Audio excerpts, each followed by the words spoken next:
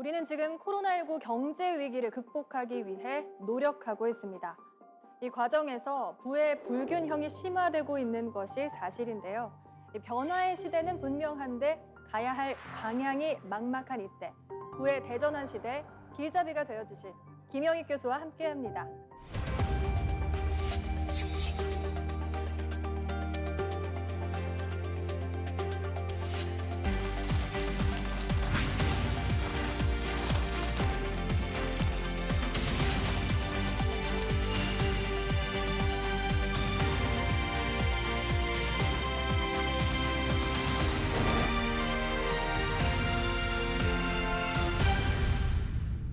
네, 교수님 반갑습니다. 예, 반갑습니다. 네, 투자에 대한 관심이 그 어느 때보다도 뜨겁습니다. 그런데 이제 교수님께서는 이 투자를 하기 전에 글로벌 경제 상황에 대해서 먼저 알아야 된다 이런 말씀을 많이 하셨다고 알고 있거든요. 이유가 무엇인가요? 예, 가끔 부자들, CEO들 만나면은 시대에 당하지 말자 이런 말씀을 하시거든요. 그러니까 우리가 가정에서나 회사나 정말 많은 의사결정을 내려야 되죠. 그런 의사결정이 시대의 흐름에 맞는 의사결정이어야 된다는 겁니다.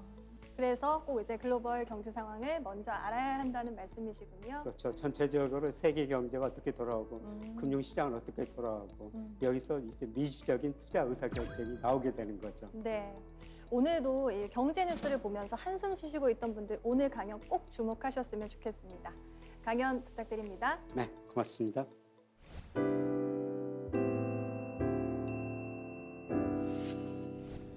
우리가 살아가면서 정말 많은 의사결정을 내려야 됩니다. 그런데 그 의사결정이 합리적이려면 글로벌 경제 흐름을 알아야 된다는 것이죠. 세계 경제는 늘 성장합니다. 그러면서 위기가 와요. 위기가 왔을 때 그 위기에 어떻게 대처하느냐 이거에 따라 가지고 우리 개인, 기업, 국가마저 달라질 수가 있다는 것이죠. 그래서 제가 말씀드릴 것은 아마 내년 하반기쯤에 글로벌 경제가 위기가 올 것이다. 이때 우리가 쉽게 말씀드리면은 부자가 될 수 있다. 그런 말씀을 드리도록 하겠습니다.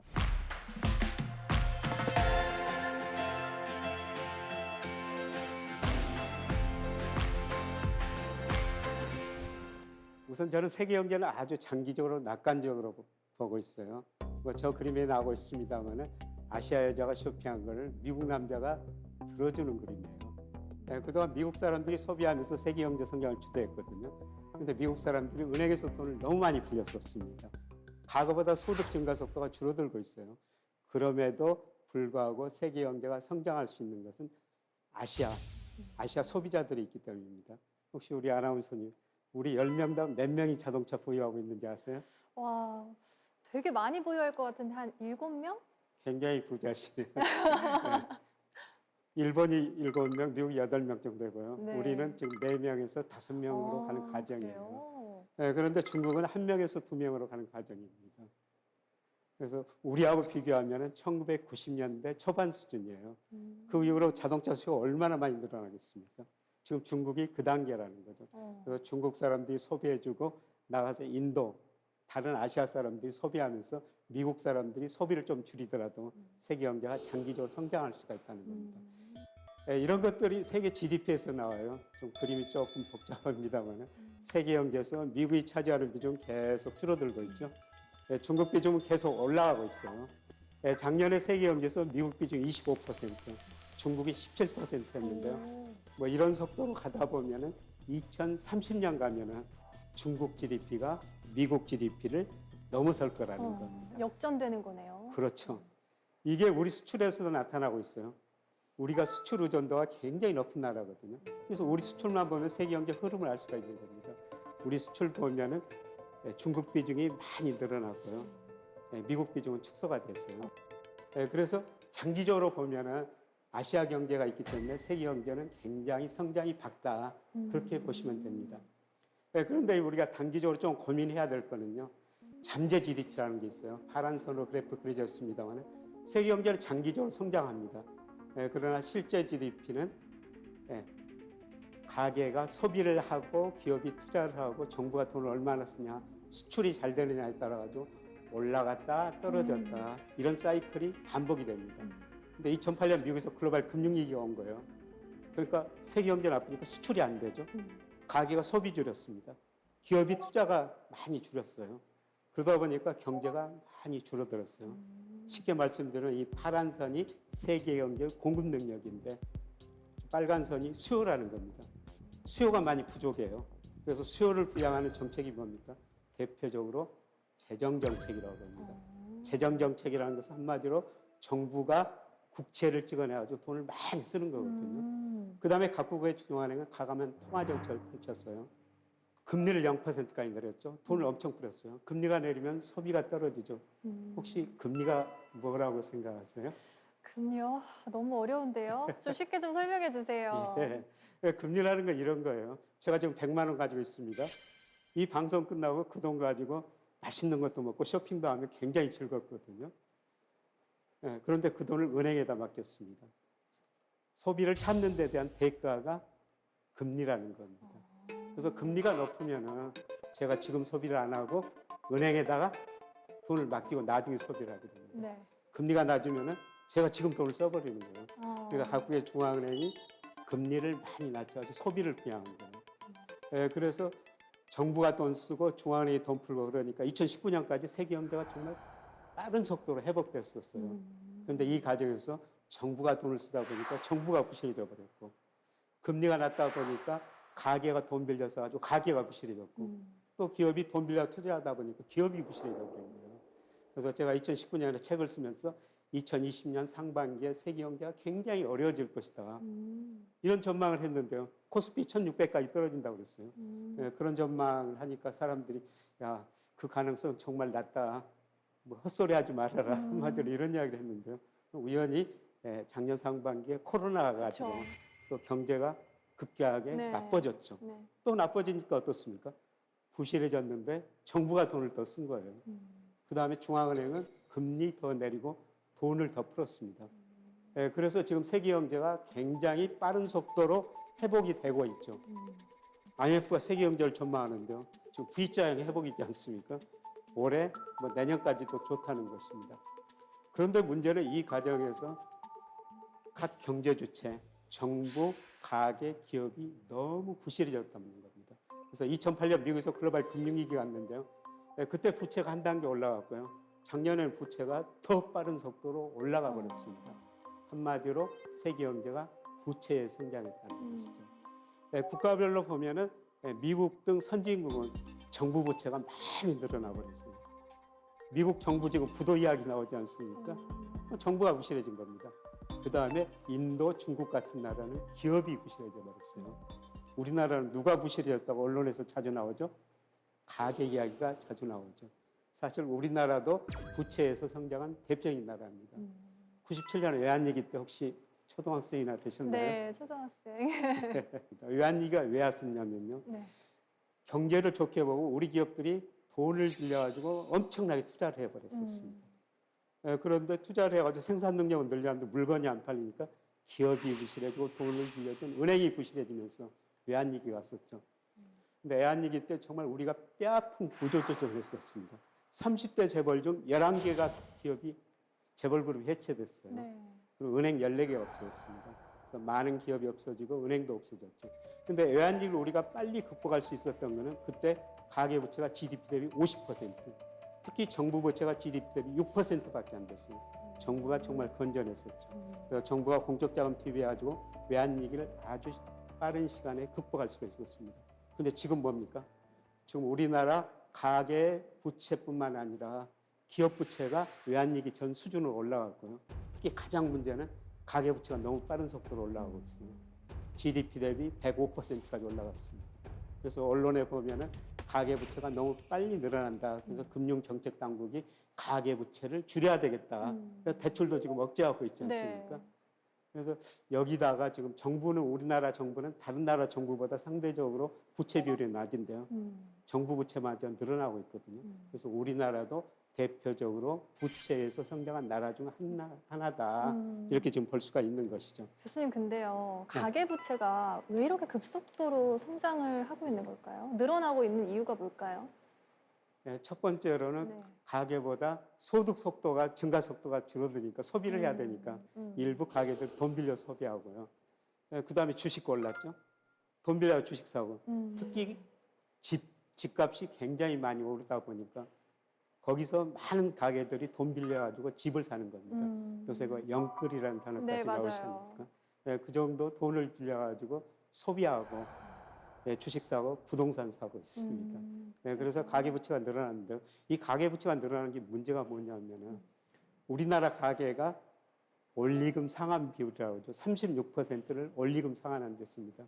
예를 들어서 뭐 간단하게 우리나라 가계 평균 뭐 소득이 200만 원이라고 그러면은 36% 72만 원을 매월 원리금 상환에 쓰고 있는 것입니다. 그런데 여기서 이제 금리가 오르면은 큰일 나겠네요. 더 힘들어지죠.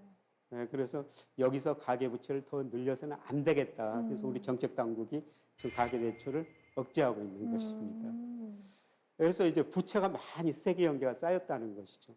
그래서 앞으로 세계 경제가 지금은 굉장히 좋거든요. 지금 V자형 회복이에요, 네. 올해.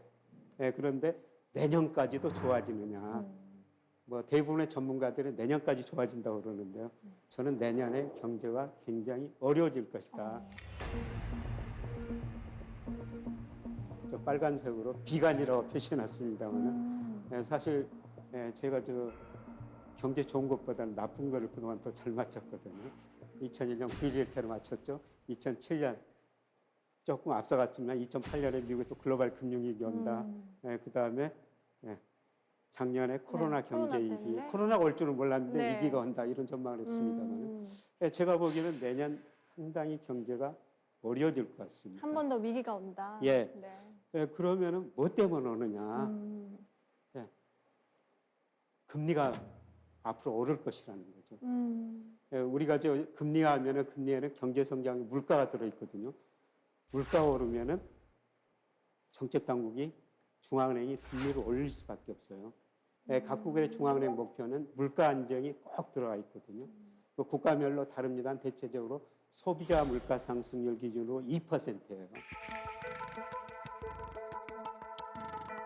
근데 저거는 좀 미국 금리를 물가를 그려놨습니다만 1980년대까지 미국 물가가 정말 많이 올랐어요. 인플레 시대죠. 물가가 저렇게 오르니까 미 연준 중앙은행이 과감히 금리를 인상해버린 겁니다. 그래서 경제는 굉장히 어려웠지만은 물가가 잡히고 금리도 떨어졌죠. 그리고 상당히 오랫동안 물가가 안정됐어요. 네. 그런데 최근에 지금 물가가 굉장히 빠른 속도로 오르고 있거든요. 그래서 앞으로 인플레가 오지 않느냐.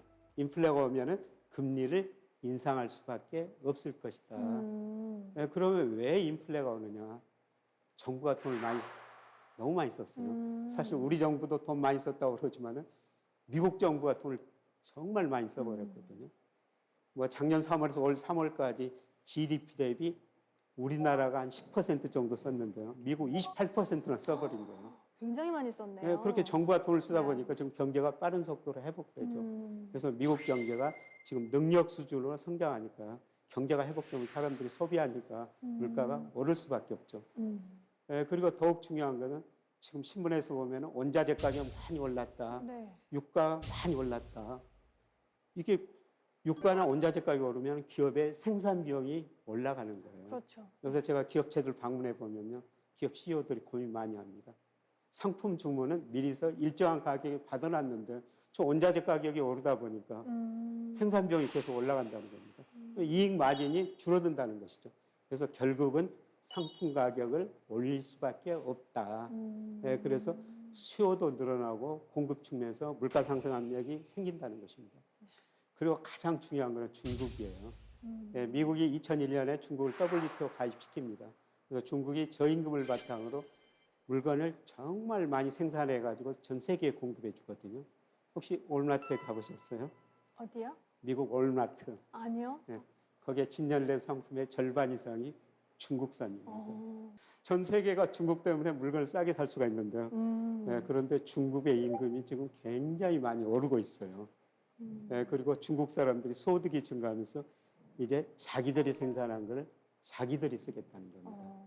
그러니까 중국이 전 세계 물건을 더 이상 싸게 공부할 수가 없다는 것이죠. 그럼 어떻습니까?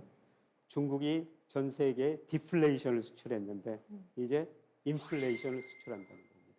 그럼 물가가 오르면 어떻습니까?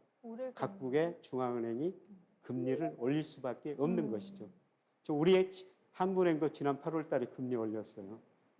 아마 미국도 요새 그 테이퍼링 이야기가 많이 나옵니다. 네. 혹시 테이퍼링 뭐 신문에서 보셨어요? 네, 많이 들었죠. 예. 많이 접했는데 좀 어려운 것 같아요, 용어가. 이 테이퍼링이 뭐냐면은 미국이 매월 지금 1,200억 달러씩 돈을 풀고 있어요. 네.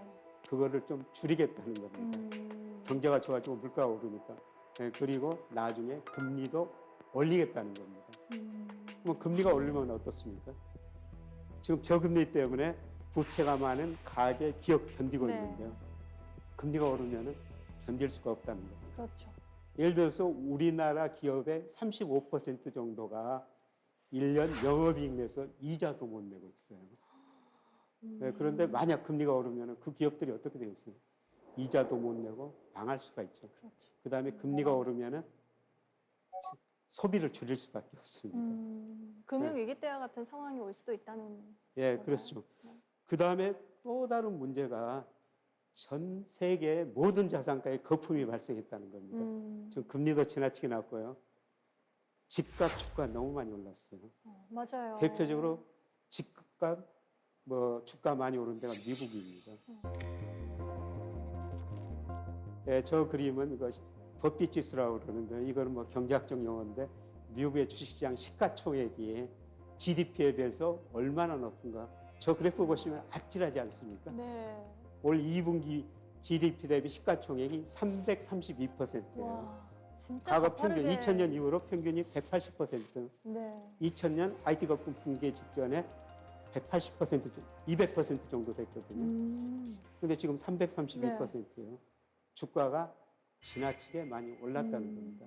저 주가가 저렇게 많이 오른 것은 미국 정부가 돈을 풀고 금리를 0%까지 유지했다는 것이죠. 네, 그런데 돈을 줄이고 금리를 올리면은 거품이 붕괴된다는 좀 겁니다. 빠지겠죠. 네. 네. 주식시장뿐만 아니라 부동산 시장, 사실 우리 주택 가격 많이 올랐다고 그러지만 미국이 더 많이 올랐어요. 아, 정말요? 네. 우리가 집값이 2009년 3월부터 올 8월까지 한 67% 전 도시 주택 가격, 아파트 가격이 올랐거든요. 그런데 미국은 97%가 올랐어요. 97%요? 예, 우리보다 미국이 더 사실 더 와. 많이 오른 겁니다. 근데 집값, 주가가 그렇게 많이 오른 것은 바로 저금리, 풍부한 돈 때문이라고 그랬죠. 근데 푸는 돈을 줄이고 금리를 올리면 자산가의 거품이 붕괴된다는 거죠. 그럼 무슨 문제가 발생하냐면요. 자산가의 거품이 붕괴되면 소비를 줄일 수밖에 없어요. 우리가 저 부의 효과라고 그러는데요. 주가가 오르고 집값이 오르면 제가 부자 된 것처럼 생각돼가지고 소비를 늘리거든요. 근데 주가가 떨어지면 어떻습니까? 가난해져. 여기에 부의 효과라고 오히려 소비를 줄일 수밖에 없습니다. 네, 그래서 전 세계가 지금 부채 문제가 심각하고 자산가의 거품 문제가 심각하니까 이게 금리 인상, 인플레이션으로 꺼질 거라는 겁니다. 사실 꺼지는 시기는 저도 정확하게는 잘 몰라요. 네, 그런데 여러 가지 경제 지표로 해보니까 내년 하반기쯤일 것이다. 네, 이렇게 지금 보고 있는 것입니다. 네, 이렇게 꺼지면 어떻습니까? 우리 입장에서는 굉장히 또 부를 늘릴 수 있는 기회죠. 위기를 네. 기회로. 예, 제 주변에 그 부자들 많이 있는데요. 예, 부자들은 그때 현금이 있어요. 그리고 용기가 있습니다. 자산가이 떨어졌을 때 현금이 있어야지 살 수 있지 않습니까? 그렇죠. 예, 그리고 자산가이 떨어지면 우리는 두려워가지고 더 떨어질 것 같고 못 삽니다. 예, 그런데 큰 부자들 보면은 자기 현금뿐만 아니라 은행에서 돈을 빌리고요. 또 증권사에서 신용융자라고 그걸 받아가지고 또 주식을 사가지고 부가 한 단계씩 늘어나죠.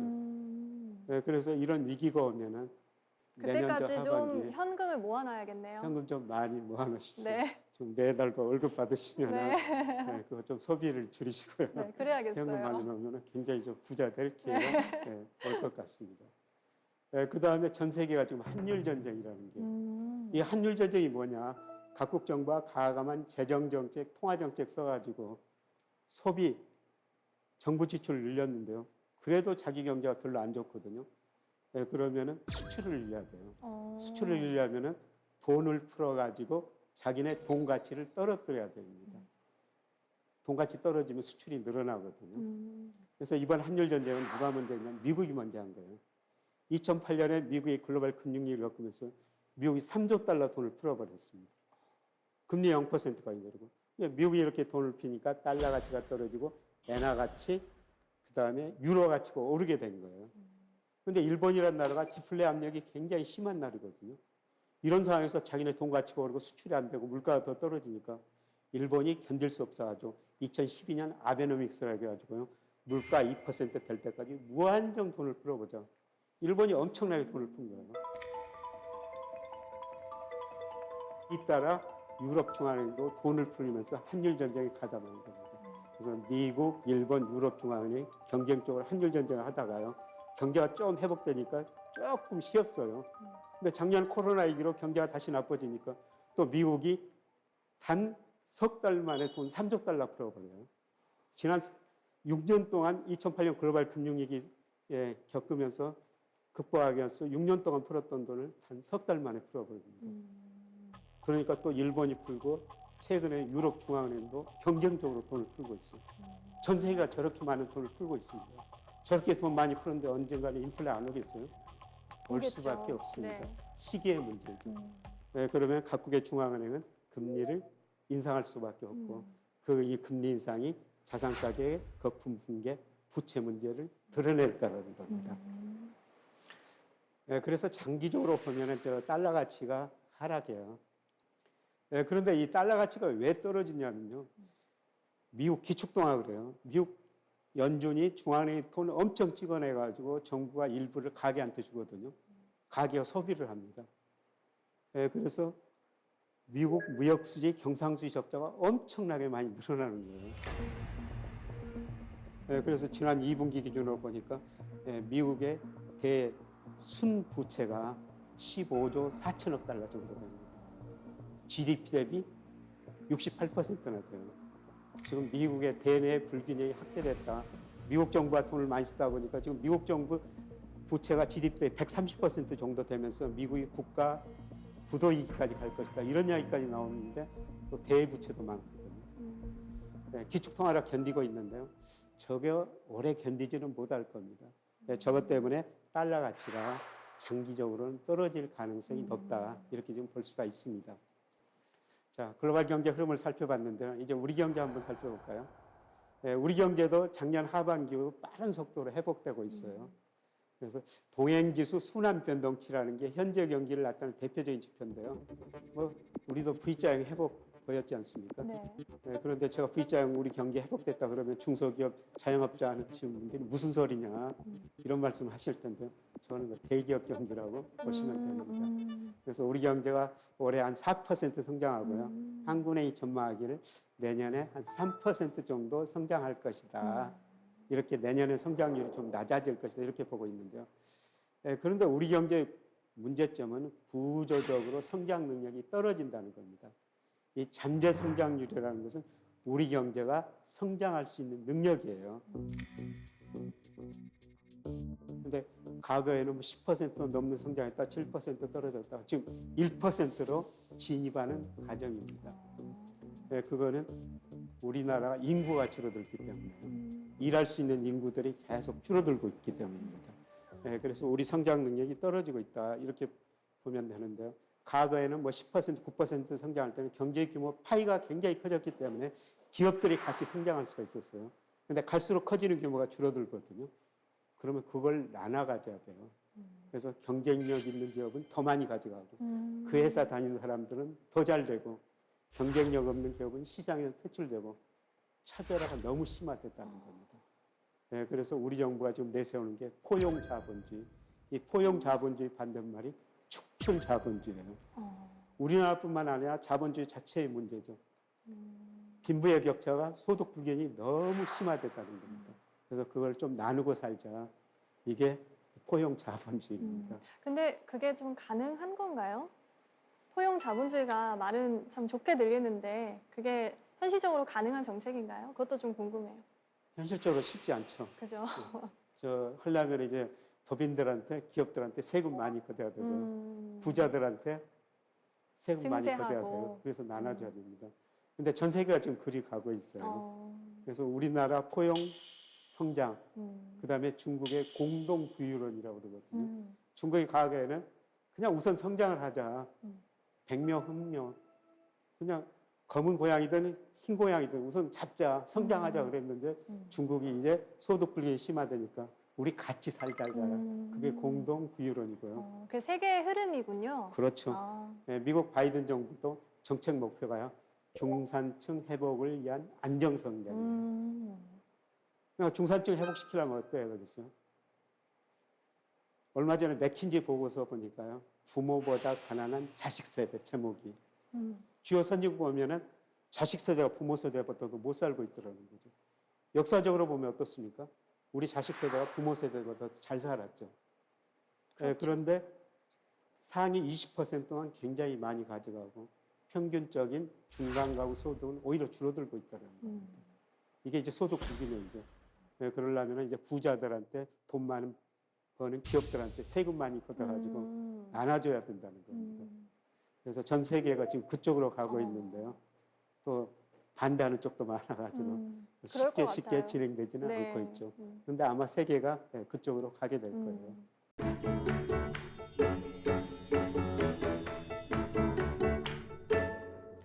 혹시 은행에서 돈 빌려 쓰셨어요? 저요? 저는 집 문제로 좀. 그래서 빌린 게 금리 있죠. 조금 오르고 있다는 것이죠. 네. 아직 뭐 체감을 그렇게 많이 하지는 않았는데 좀 금리 오른다는 소식이 좀 무서워요. 예. 네. 그런데 일시적으로 오르는데요. 장기적으로는 금리가 더 떨어질 거예요.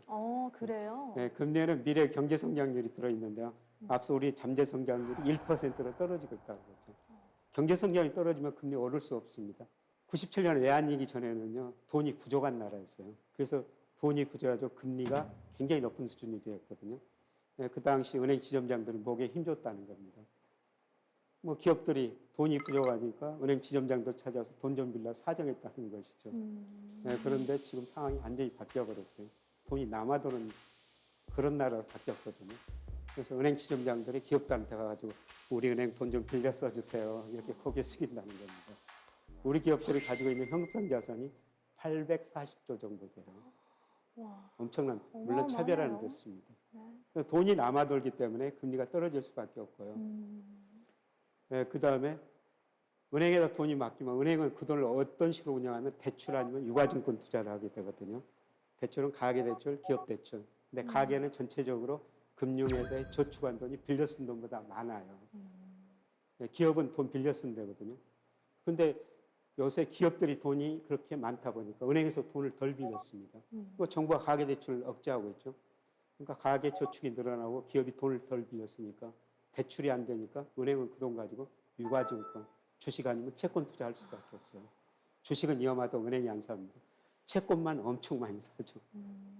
네, 그래서 한 그룹, 금융그룹의 그 회장이 이런 이야기를 해요.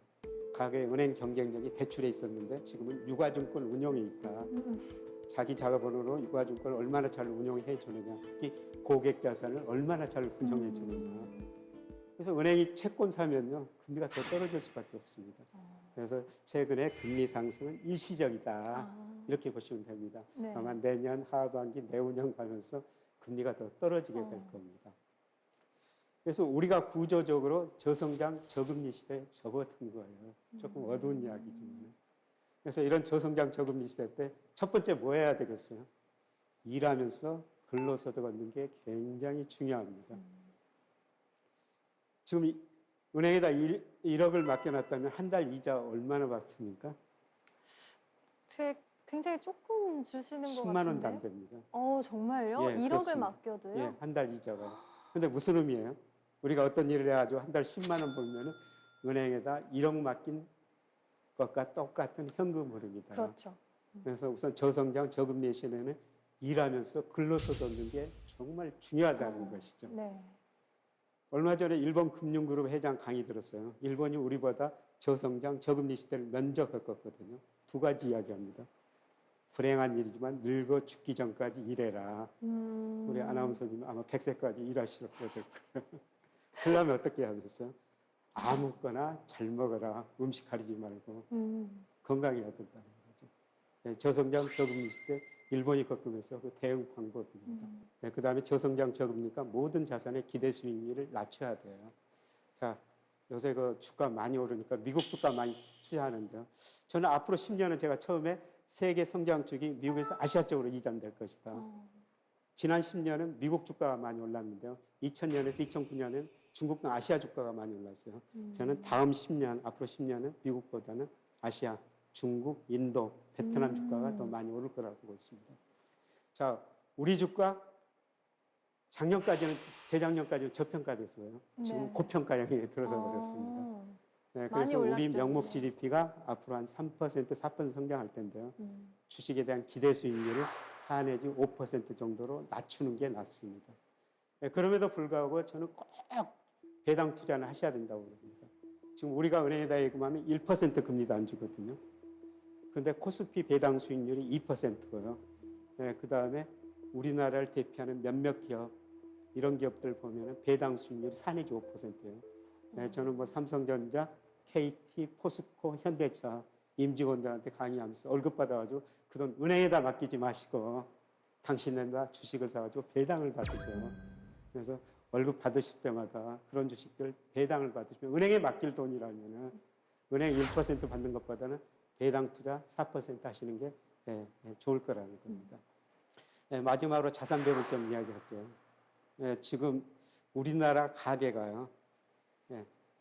부동산 비중이 너무 높아요. 평균적으로 한 77%고요. 금융자산은 23%밖에 안 되거든요. 근데 갈수록 저는 부동산 유동성이 떨어지는 자산이라고 보습니다. 유동성이 떨어진다는 건 뭐냐면 팔고 싶을 때 팔 수도 없는 그렇죠. 자산이 저는 일부 부동산이라고 보고 있어요. 그래서 부동산 비중이 너무 높고 가계 금융자산은 낮다. 그래서 전체적으로 부동산 비중 좀 줄이고 금융자산 늘리는 게 나을 것 같다. 그리고 금융자산 중에서 제가 배당 투자는 꼭 하셔야 된다고 말씀을 드렸습니다. 그런데 이거는 국가마다 성격이 달라요. 일본 사람들은 자기 금융자산의 54%는 은행에다 맡기고 있습니다. 일본 은행금리 0%거든요. 왜 그러냐면은 디플레이션 때문에 물가가 떨어지니까 0% 금리가 떨어 실질금리 플러스입니다. 그다음에 일본 사람들이 평균 67세에 상속받는다는 것이죠. 67세 할아버지 할머니다 상속받아가지고 주식 채권 투자 안 하고요. 그냥 은행에다 맡겼다가 후손한테 물려주는 것입니다. 그런데 미국 사람들은 전혀 달라요. 52%를 주식으로 가지고 있습니다. 그래서 미국 주가는 많이 올랐는데 우리는 23%로 주식 비중이 미국하고 일본 뭐 중간쯤, 뭐 일본에 좀 더 가깝죠. 그런데 저는 구조적으로 우리가 저금리 시대에 접어들었으니까 배당 투자 주식으로 한 25%, 뭐 30% 이 정도는 주식 투자에도 좋을 것 같다. 이런 말씀을 드립니다. 그런데 아무래도요, 저도 생각이 집은 사놓으면 무조건 오를 것 같거든요. 그런데 이런 투자 자산은 좀 어렵다는 생각이 좀 들어요. 근데 집을 사면은 굉장히 오래 가지고 있죠. 네. 주식은 오래 가지고 있지 않거든요. 예를 들어서 86년부터 KB국민은행에서 우리나라 주택가격을 발표하는데요. 예를 들어서 강남 아파트가 주가지수, 아파트 지수가 한 9배 정도 올랐어요. 근데 강남 아파트에 비교되는 게 우리나라 전기전자업종 주가거든요. 네. 100배 올랐습니다. 와. 그러니까 좋은 주식을 오래 가지고 있으면 돈이 된다는 겁니다. 부동산보다 훨씬 수익률이 좋다. 네, 그렇죠. 그런데 우리가 주식은 오래 못 가지고 있습니다. 왜냐하면 그렇죠. 매일 이렇게 변동이 심하고요.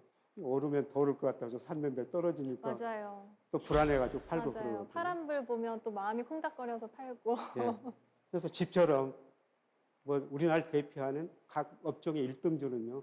그냥 오래 가지고 있으면 집보다 수익률이 훨씬 더 높다는 겁니다. 그래서 이런 의미에서 뭐 우리 가계자산 지금 부동산 비중이 너무 높은데요. 일정 부분은 금융자산 중에서 주식 비중을 조금 높이시는 게 네. 좋을 것 같습니다. 그다음에 우리나라뿐만 아니라 지금 국민연금 내시죠? 네네. 국민연금 해외 주식을 26%, 국내 주식 20% 더 많이 투자하거든요. 국민연금 해외 주식 투자 잘해주고 있지만은 그래도 여윳돈 있으면은 우리가 해외 주식도 해야 됩니다. 근데 서학개미라고 정말 많은 사람들이 지금 미국 주식만 많이 사고 있거든요. 네, 그런데 처음 말씀드렸습니다만 세계 성장 쪽 소비 축이 지금 아시아 쪽으로 이전되는 과정이에요. 그래서 앞으로 10년은 저는 미국 주식보다는 중국, 특히 인도, 베트남 주가가 많이 오르리라고 보고 있습니다. 네, 그래서 미국 비중 좀 줄이시고요. 아시아 비중을 조금 늘리시는 게 네. 수익률을 좀 더 높이는 이런 투자 방법이 아닌가 이런 생각합니다. 네. 네, 그래서 오늘 제가 전체적으로 글로벌 경제 흐름, 제가 좀 어두운 이야기를 했지만은 이기는 꼭 기회다. 내년 하반기에 우리가 현금을 가지고 있으면은 굉장히 부자 될 기회가 올 것이다. 모든 자산을 싸게 달 기회가 있을 것이다. 돈이라는 게 마지막으로 뭐라고 생각하세요? 돈이요? 예. 저는 돈이 좀 자유? 맞습니다. 네, 섭에 나오는 돈은 바닷물 같다. 좀 마실수록 목이 탄다. 부자들, 그런 부자들이 많습니다.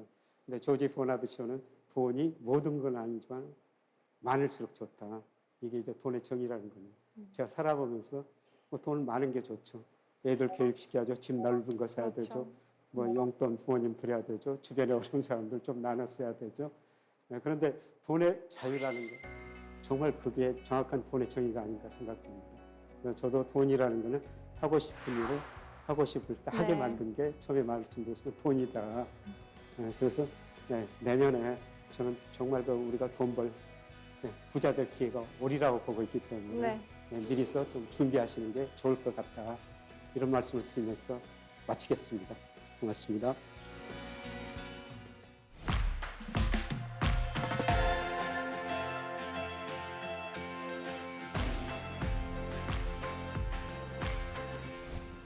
네, 강연 잘 들었습니다. 감사합니다. 고맙습니다. 좀 도움이 되셨어야 했을 텐데. 정말 많은 도움이 됐어요. 사실 저는 교수님 처음 만나 뵀을 때 좀 긴장하신 것 같아서 많이 떠시면 어떡할까 이렇게 걱정을 했는데 너무 말씀을 잘하셔서 귀에 쏙쏙 들어왔어요. 속으로 많이 떨었습니다. 그러셨어요? 네, 들으면서 이 부의 대전환 시기라고 예. 아까 말씀하셨잖아요. 예. 그때 꼭 기회를 잡고 싶다 이런 생각이 들어서 아주 경청하면서 들었습니다. 너무 예. 재밌었어요. 그런데 지금 우리 글로벌 경제 상황을 보면요. 사실 중국하고 미국이 세계 경제의 패권을 두고 치열하게 좀 경쟁을 하고 있는 상황이잖아요. 예. 그런데 우리나라는 이제 그 사이에 끼어 있다고 해도 과언이 아니잖아요. 예. 그럼 이런 상황에서는 투자자들이 어떻게 좀 대처를 해야 할까요? 예. 미중은 패권 전쟁이라고 네. 오래 갈 거예요. 뭐 음. 둘이 전쟁하면서 뭔가 얻어낼 게 있으니까 싸우는 거 아니겠어요? 네, 그렇죠. 그럼 미국이 뭘 얻어낼 것인가 한번 생각해 보면요. 2001년 미국이 중국을 WTO에 가입시켜가지고 그동안 교역을 했는데요. 2001년부터 2020년까지 보니까 중국이 미국과 가지고 상품 한다고 수출해가지고 5조 5천억 달러를 벌어간 거예요. 그럼 미국은 그 돈을 다시 찾아야 되잖아요. 네. 그럼 미국이 뭐 상품 생산하고 중국에 수출해가지고 그 돈 찾아올 수는 없는 거거든요. 네. 미국이 잘하는 건 금융입니다. 금융이 어. 세계에서 누구보다도 미국이 잘해요. 그러니까 미국이 중국한테 요구하는 거는 금융시장 빨리빨리 개방해라. 그리고 중국도 위안화 국제화를 포함한 나중에 최종적으로 금융광고를 추구하고 있거든요. 네. 그래서 중국이 은행, 뭐 증권회사, 보험회사 이거는 다 개방해 버렸고요. 이제 외환시장, 뭐 금리 자유 이런 것만 남아 있어요. 미국이 그런 걸 빨리빨리 자유화하라는 것이죠. 그러면은 금리가 자유화되고, 그다음에 중국의 경제 성장이 떨어지지만은 중국 금융시장이 상대적으로 빨리 발전할 수가 있거든요. 거기서 미국이 돈을 벌자는 겁니다. 그래서 미국의 큰 금융회사 JP모간, 뭐 골드만삭스, 심지어는 일본 노무라증권까지 중국 들어가고 있어요. 돈이 왜 그런 돈이 큰 돈이 들어가겠습니까? 돈이라는 게 눈이 있습니다. 돈이 보이기 때문에 중국 들어가는 거죠. 그래서 골드만삭스, JP모간이 중국 가가지고 돈을 많이 벌 텐데요. 우리도 그때 중국 가가지고 다시 같이 돈을 벌어야 된다는 거예요. 금융업으로? 금융업으로. 예. 요새 중국 주가가 좀 조정을 거치고 있습니다만 중국이 경제 성장률은 떨어질 거예요. 그동안 뭐 10% 성장했다가 7%로 떨어졌다. 앞으로 4 내지 5%로 떨어질 겁니다. 근데 경제 성장률이 떨어진 과정에서 안정 성장 국면에 들어섰다고 해가지고 금융업은 상대적으로 빨리 성장하거든요. 그래서 중국의 주식시장, 채권시장이 굉장히 빠른 속도로 확대될 거예요. 그래서 쉽게 말씀드리면 중국 주식 사가지고 점점 벌어보자. 아, 중국 이런 의미가 주식으로. 네. 네, 그런데 중국은 공산주의 국가니까 네. 기업 규제를 많이 할 수가 있어요. 그래서 중국 주가가 앞으로 많이 오를 텐데요. 개별 기업보다는 ETF, 펀드 같은 거를 간접적으로 투자를 해야 돼요. 그 금융업 쪽으로? 예, 그렇습니다. 네. 저는 교수님 강연 들으면서 과연 교수님은 이 자산을 어떻게 운용하고 계실까? 이 포트폴리오가 좀 궁금하거든요. 살짝 말씀해 주실 수 있으세요? 우선 우리나라 가계 평균을 말씀드리고요. 제 이야기 좀 하겠습니다. 예, 우리나라 가계가 43%를 은행에 맡기고요. 네. 그다음에 보험에 한 30%, 주식에 23% 정도 맡기고 있거든요. 네. 예, 그런데 저는 뭐 보험에 한 30% 맡기고 있습니다만 은행예금 거의 없습니다. 예, 저는 주식 비중이 60% 정도 돼요. 와. 그런데 60%를 다 주식에 투자하는 게 아니라 네. 늘 현금을 보유하고 있죠. 그러니까 투자라는 것은 수익률하고 리스크 관리인데요. 네. 지금은 주가가 너무 많이 올랐기 때문에 주가가 떨어질 때는 수익률을 추구해야 되죠. 근데 주가가 제가 생각하는 높은 수준이기 때문에 예, 지금은 리스크 관리하면서 현금도 많이 가지고 있고요. 예, 그다음에 제가 우리나라를 대표하는 몇 개 종목 주식을 가지고 있거든요. 이게 최근에 떨어지고 있어요.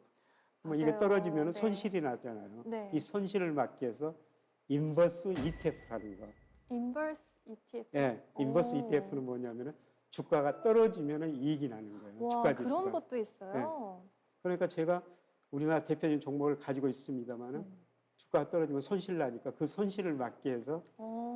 인버스 ETF라는 걸 와, 가지고 있죠. 그런 걸로 다 리스크 관리를 하시는군요. 예, 그래서 이제 주가가 뭐 많이 떨어지면은 저는 뭐 인버스 ETF 같은 거 다 정리하고 또 뭐 오르는 데다가 오르면 이제 또 돈을 버는 거고 예. 또 떨어져도 돈을 버는 거고 이런 식으로 예, 좀 그렇습니다. 포트폴리오를 운용을 하시는군요. 예, 그래서 전체적으로 저는 뭐 주식 비중을 우리나라 가계 평균보다도 60%나 훨씬 더 많이 가지고 있습니다. 아, 그러시겠구나. 네.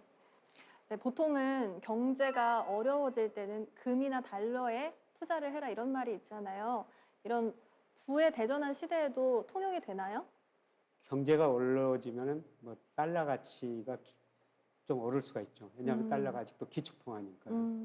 네, 그런데 경제가 어려워질 때 달러 가치가 일시적으로 오르거든요. 장기적으로 떨어질 가능성이 굉장히 높아요. 네, 제가 강의 시간에 말씀드렸습니다만 네. 미국 국가 부채도 너무 높고 네. 대부채도 너무 높거든요. 그래서 장기적으로 보면 지금 달러 가치가 하락 떨어지고 추세인데요. 있죠. 네.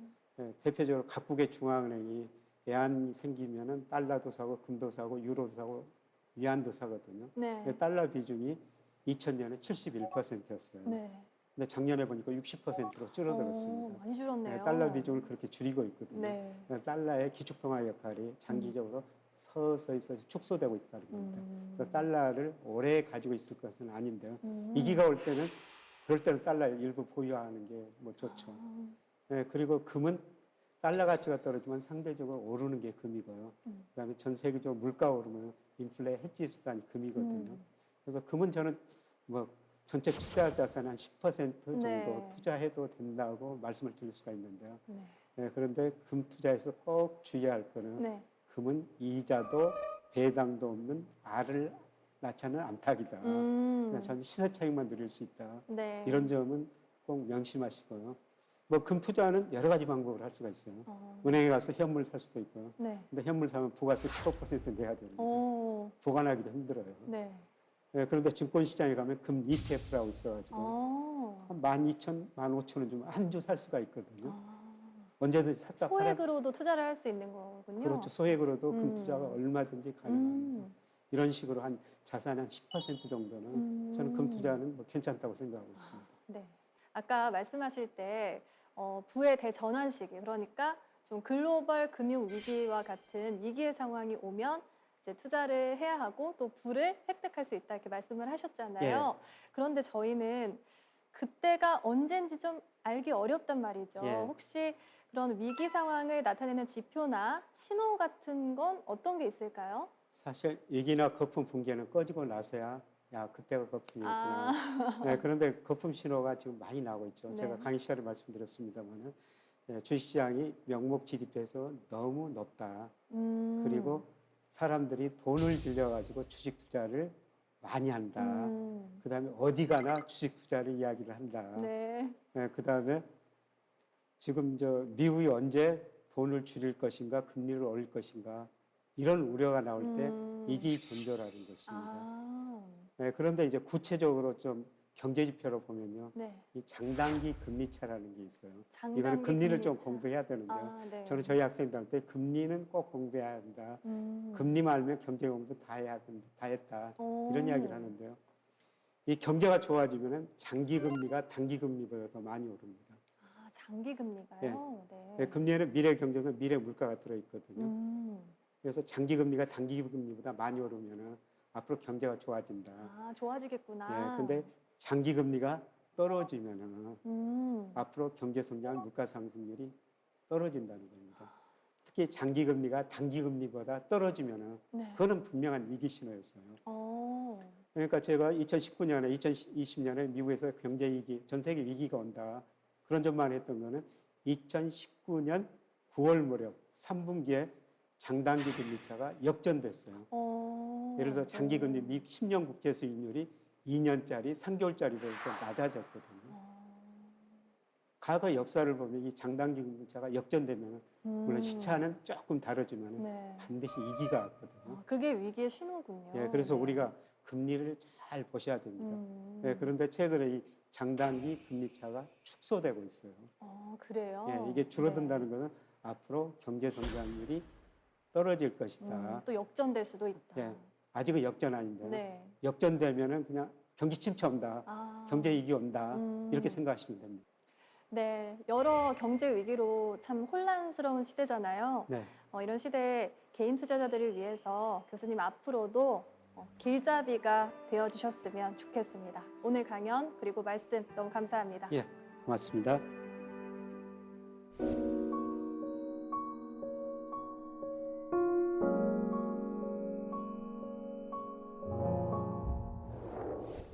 한때 와인 초보들의 필독서로 꼽혔던 만화 신의 물방울에선 진정한 명품 와인은 흉년이 든 해에 만들어진다고 합니다. 아마도 좋은 와인을 만드는 조건인 하늘, 땅, 그리고 사람의 노력 중에 사람의 노력이 가장 중요하다는 의미겠죠. 연일 경제 위기를 알리는 지표들이 발표되고 있습니다. 하지만 이 시간이 우리를 다른 세대로 이끌어 줄 거라고 우리 안의 가능성을 믿어봅니다. 사세계 공동체 스미다. 저희는 다음 시간에 찾아오겠습니다.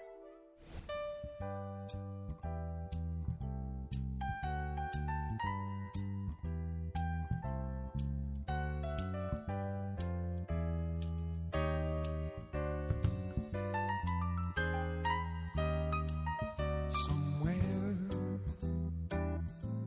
beyond the sea, somewhere waiting for me,